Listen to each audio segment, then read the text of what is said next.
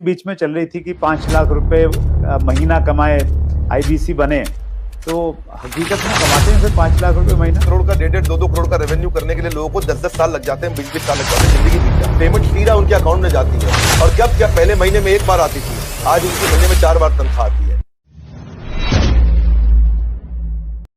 उसमें मैंने देखा सर, एक लाइन बीच में चल रही थी कि 5 लाख रुपए महीना कमाए आईबीसी बने, तो हकीकत में कमाते हैं सर 5 लाख रुपए महीना। आईबीसी में ना ऐसा होता है कि 2 तरह के आईबीसी होते हैं। एक आईबीसी होता है जिसको अपना स्टार्टअप, अपना बिजनेस शुरू करना है, तो वो आता है, लर्निंग करता है, उतने टाइम में अपना खर्चा भी निकालता रहता है, इनकम भी करता रहता है, तो वो तो शायद 5 लाख रुपए महीना नहीं कमाता, लेकिन वो भी 50-60-70 हजार रुपए, 1 लाख रुपए महीना कमा लेता है। राइट। दूसरी कैटेगरी के लोग आते हैं जो फुल टाइम करियर की तरह देखते हैं इसको। ओके। तो आज कश्मीर से कन्याकुमारी तक और अहमदाबाद से अगरतला तक ऐसा कोई राज्य, कोई शहर, कोई डिस्ट्रिक्ट नहीं होगा जहां हमारे आईबीसी नहीं होंगे। अच्छा, क्या बात है सर।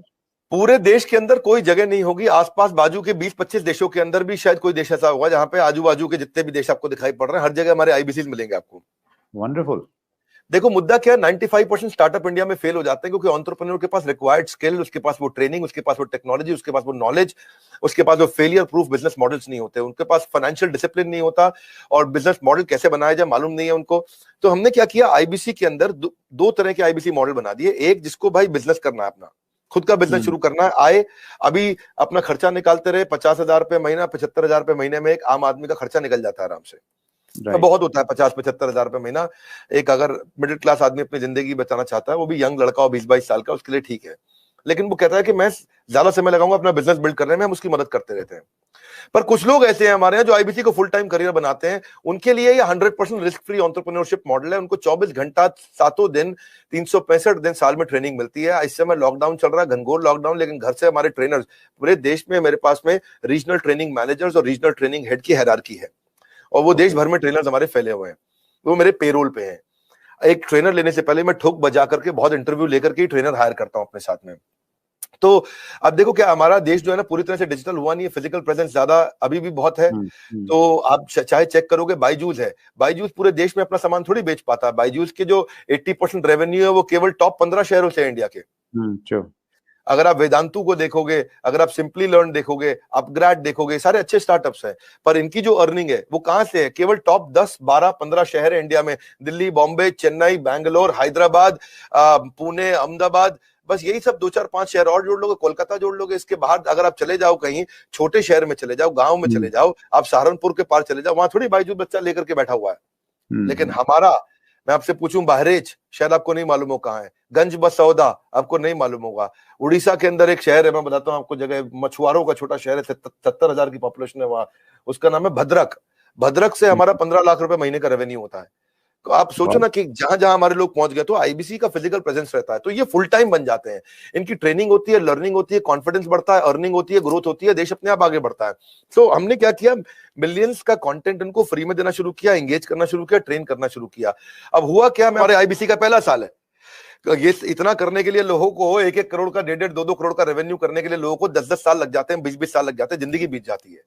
क्योंकि उनका पीस ऑफ माइंड हमारे हाथ में है, उनका जीएसटी हम देखते हैं, टीडीएस कंप्लायंस हम देखते हैं, उनकी सारी अकाउंटिंग, उनकी सारी ट्रांजैक्शन, उनकी सारी टेक्नोलॉजी, उनका सारा सीआरएम, उनका सारा पेमेंट पोर्टल सब हम देखते हैं। पेमेंट सीधा उनके अकाउंट में जाती है। और कब क्या, पहले महीने में एक बार आती थी, आज उनकी महीने में 4 बार तनख्वाह आती है। हर वीकेंड पे उनको तनख्वाह मिलती है, ऐसा नहीं है कहीं उनको वेट करना पड़ेगा। तो आप सोचो ना, महीने में 4 बार उसकी सैलरी आ रही है। तो और दूसरा क्या है, हमने एक नया मॉडल बना दिया, इसको बोलते हैं रीसेंसी फ्रीक्वेंसी। रीसेंसी फ्रीक्वेंसी क्या होता है, हम ये देखते हैं कि रिसेंटली और फ्रीक्वेंटली कौन ज्यादा ट्रांजैक्शन कर रहे हैं, टेक्नोलॉजी से चेक करते हैं। मेरे पास जो सीईओ ऑफिस है उसमें सारे आईएम के लड़के बहुत सारे हैं, आईएम के, एफएमएस के, एक्सेलआरआई के, सिम्बायोसिस के, टॉप मैनेजमेंट बिजनेस कॉलेजेस के मैं लड़के रखे, इनको बहुत बड़ी सैलरी रहती है, सारा डेटा और एमआईएस और रिपोर्ट बना के देते हैं उसको। तो उसमें देखा, मेरे लिए बहुत सरप्राइजिंग था सर ये देखना, जब मैं आपके ऑफिस में आया और वहां पे इतना बड़ा इंफ्रास्ट्रक्चर, इतने सारे लोग, इतने सारे डिपार्टमेंट और हर आदमी एक से एक तोप हैं, तो वो शायद इसी वजह से ये सारी की सारी चीजें हो पाती हैं। और ये बहुत इंटरेस्टिंग मुझे लग रहा है सर सुन के कि एक आईबीसी बना लो तो सफल नहीं होगा सर। कागज के मॉडल सफल नहीं होते हैं। You need right team and execution capability. Sorry, आप कुछ कह रहे थे, बताइए। मैं वही कह रहा था सर, बिजनेस में मैं अगर बिजनेस करता हूं तो मुझे सीए भी रखना पड़ता है, जीएसटी भी है, दूसरी कई सारी चीजें हैं, अकाउंटिंग भी देखनी पड़ती है। तो आप ये कह रहे हैं कि आपके आईबीसी मॉडल में ये सब आईबीसी को कुछ करने की जरूरत नहीं है, वो सारी फैसिलिटीज आप उनको प्रोवाइड करवाते हैं? Correct correct correct. हमने रिसेंसी फ्रीक्वेंसी में वो सब तो करते ही है। रिसेंसी फ्रीक्वेंसी के लिए मैंने एक नया यूनिट बना दिया। मैंने डेटा चेक किया कि कौन लोग रिसेंटली काम कर रहे हैं और कौन फ्रीक्वेंटली बार बार कर रहे हैं। तो जिसने रिसेंटली बिजनेस किया है हमारे साथ में या जिसने फ्रीक्वेंटली बिजनेस किया, उसके स्कोर बोर्ड चेक करते हैं, और अगर स्कोर बोर्ड ना हो ना तो सचिन तेंदुलकर भी दुनिया का सचिन तेंदुलकर नहीं बन पाता।